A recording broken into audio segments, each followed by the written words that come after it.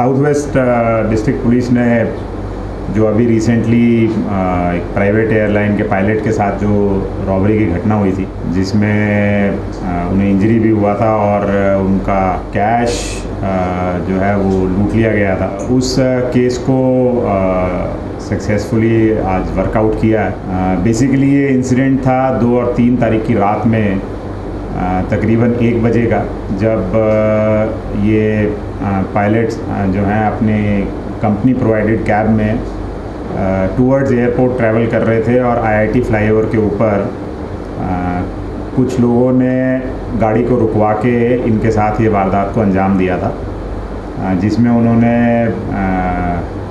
चाकू से इनके थाई पे इंजरी भी किया था।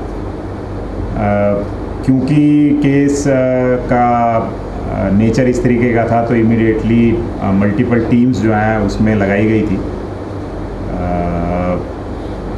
पेट्रोलिंग पार्टीज़ में जो एमरजेंसी रिस्पांस व्हीकल था पुलिस स्टेशन किशनगढ़ का, वो उस समय आईआईटी फ्लाईओवर के पास में ही था और रियल टाइम में ईआरवी स्टाफ ने इनको चेज़ किया और एक पहले क्लू के तौर पे हमें वो रूट मिला जिस रूट पे ये लोग भागे थे। तो उस रूट की पूरी रेकी करी हमने और उस पर जितना भी सीसीटीवी फुटेज अवेलेबल हो पाया, उससे पहला केस में क्लू मिला जिसमें ये क्लियर हुआ कि एक स्कूटी इस्तेमाल की गई है वाइट कलर की। इसके अलावा टीम्स को हमने एक फर्दर डायरेक्शन ये दी कि हाल फिलहाल में पिछले 3 महीने में इस तरीके की जितनी भी वारदात पूरी दिल्ली में हुई हैं, उन सब का पीसीआर कॉल्स का एक हमने ब्यौरा बनाया और एक इंसिडेंट को पिन पॉइंट करके एक पूरा एक स्पेक्ट्रम क्रिएट किया गया, जहाँ से हर जगह से अवेलेबल सीसीटीवी फुटेज जहाँ पे भी था उसको हमने कलेक्ट किया और इस सब एनालिसिस की वजह से भी ज़ीरो डाउन की एक गैंग है जिसके पास 2 स्कूटी हैं और एक केटीएम बाइक है, जिस पे तकरीबन 5 से 6 लड़के चलते हैं और ब्रॉडली रात के समय में ये लोग इस तरीके के इंसिडेंट्स को अंजाम देते हैं।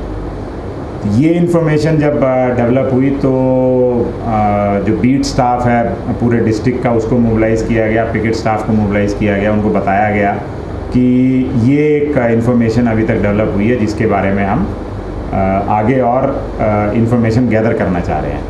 एएटीएस जो जिसने इस केस को खोलने में प्राइम जिम्मेवारी और अहम रोल निभाया है, उनको स्टाफ को एक इन्फॉर्मेशन मिली कि इस तरीके की गाड़ी पे कुछ लोग जो हैं मदनगीर एरिया में देखे गए हैं और ये वो लोग हैं जिन पे पहले भी क्रिमिनल इन्वॉल्वमेंट्स रही हैं।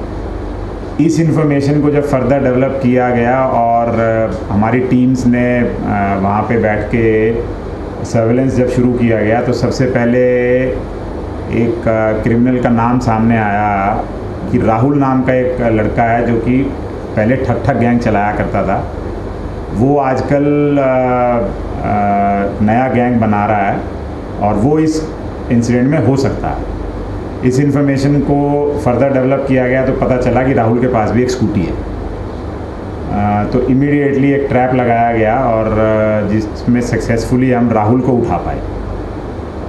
राहुल की इंटेरोगेशन से और उसके जो क्राइम हिस्ट्री जो रही है उसको स्टडी करके हमने एक और सस्पेक्ट पे ज़ीरो डाउन किया जो कि इसका रिलेटिव ही है, जिसका नाम है सिल्वा।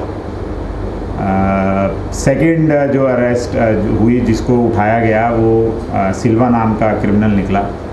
सिल्वा की जब इंटेरोगेशन हुई तो पूरा जो एमओ है और जो पूरा इंसिडेंट है वो सामने आया। सिल्वा ने हमें बताया कि राहुल और सिल्वा जो 2 मेन ऑपरेटिव हैं इस गैंग के और पहले ठग ठग की एक्टिविटी को अंजाम दिया करते थे। बेसिकली ये दोनों लोग ओरिजिनली तमिलनाडु से हैं और गैंग में जो मेंबर्स रखते हैं वो भी तमिलनाडु से ही रखते हैं और मेन एमओ जो है वो ठग ठग की एक्टिविटी ही रहा है।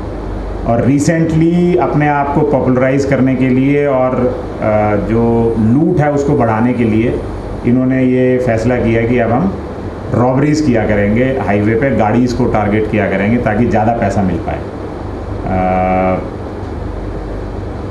जब इनसे फर्दर इंटेरोगेशन करी गई तो इन्होंने दूसरे एक और साथी का नाम दिया जिसके पास दूसरी स्कूटी जो है वो रिकवर हो पाई। इस लड़के का नाम है आशू।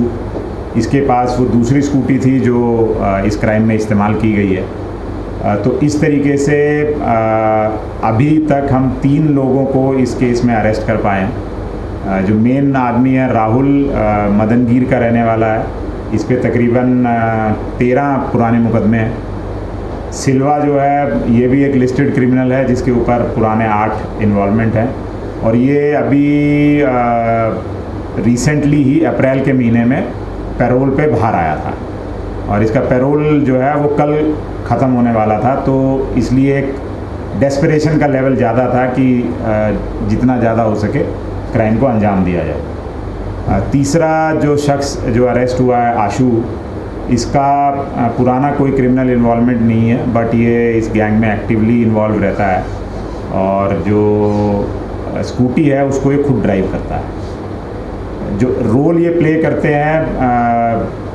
राहुल जो है वो कट्टे से इंटिमिडेट करता है। He is the sort of number 1 in the gang, number 1 वही है। और जो इंजरी पहुंचाई थी पायलट को इस पर्टिकुलर इंसिडेंट में, वो सिल्वा ने कॉज करी थी। और 2 लड़के अभी तक हम और आइडेंटिफाई कर पाए हैं जो इस क्राइम में इनके साथ इन्वॉल्व रहे हैं। सो उस दिन जब ये क्राइम अंजाम दिया गया है, अभी तक हम 5 लोगों को ज़ीरो डाउन किया है हमने, जिसमें 3 लोग अरेस्ट हुए हैं, और 2 लोगों के पीछे जैसे मैं बात कर रहा हूँ अभी भी रेड्स आर गोइंग ऑन। इनको भी हम जल्दी ही अरेस्ट कर लेंगे। जो सेक्शंस हैं वो ऑलरेडी मॉडिफाई कर दिए गए हैं। Now it is a case of dacoity, क्योंकि 5 लोग पॉजिटिवली आईडी हो चुके हैं। और अभी तक की रिकवरीज़ में जो दोनों स्कूटी जो इन्वॉल्व थी क्राइम में वो हमने सीज़ कर ली है, और कैश अमाउंट तो नहीं, बट जो आई कार्ड्स थे पायलट के वो रिकवर हो चुके हैं। और कुल मिला के जो हमने चार्टिंग करी थी, जैसे मैंने पहले बताया कि ओवरऑल दिल्ली में हमने PCR कॉल्स का चार्टिंग किया था, तो अभी तक हम 7 रॉबरी और स्नैचिंग के केसेस जो ऑल अक्रॉस दिल्ली हैं उनको इस गैंग से लिंक कर पाए। ये मालवीय नगर से लेके पांडव नगर तक ऑपरेट कर रहे थे, और फर्दर इन्वेस्टिगेशन जो है इस केस में ऑन है। और बाकी जो केस लिंक हुए हैं उनसे रिलेटेड रिकवरी और केसेस जो लिंक हो पाएंगे on the basis of PCR call, उस सब पे काम चल। अभी बताया गया है कि एक पायलट के साथ जो लूट की वारदात को अंजाम दिया गया था, उसके 3 आरोपी बताए जा रहे हैं, वैसे 6 आरोपी हैं, जिसमें 3 आरोपी को गिरफ्तार कर लिया गया है। उनकी 2 दिन की PC रिमांड आज मिली है। और आप देख रहे हैं मेरे पीछे जो इस तरह से ये तीनों लोग थे, इनका नाम आशू, सिल्वा और राहुल। इसमें राहुल मेन अक्यूज है, और ये राहुल वही है जो इससे आज से काफ़ी दिन पहले एक ठक ठक गैंग को चलाया करता था। और ठक ठक गैंग की जब बहुत ज़्यादा पॉपुलैरिटी होगी तो इसने सोचा कि अब हमें क्राइम का एक नया रूप देना होगा। और अभी कुछ दिन पहले ही ये 20 अप्रैल को पैरोल पर बाहर आया, और पैरोल पे जैसे ही बाहर आया इसने एक नए तरीके से रात के चलते, जिसको ये अपना एक गैंग का नाम दिया नाइटिंगर, रात के शिकारी का नाम देकर वारदातों को एक एक करके अंजाम देना स्टार्ट किया।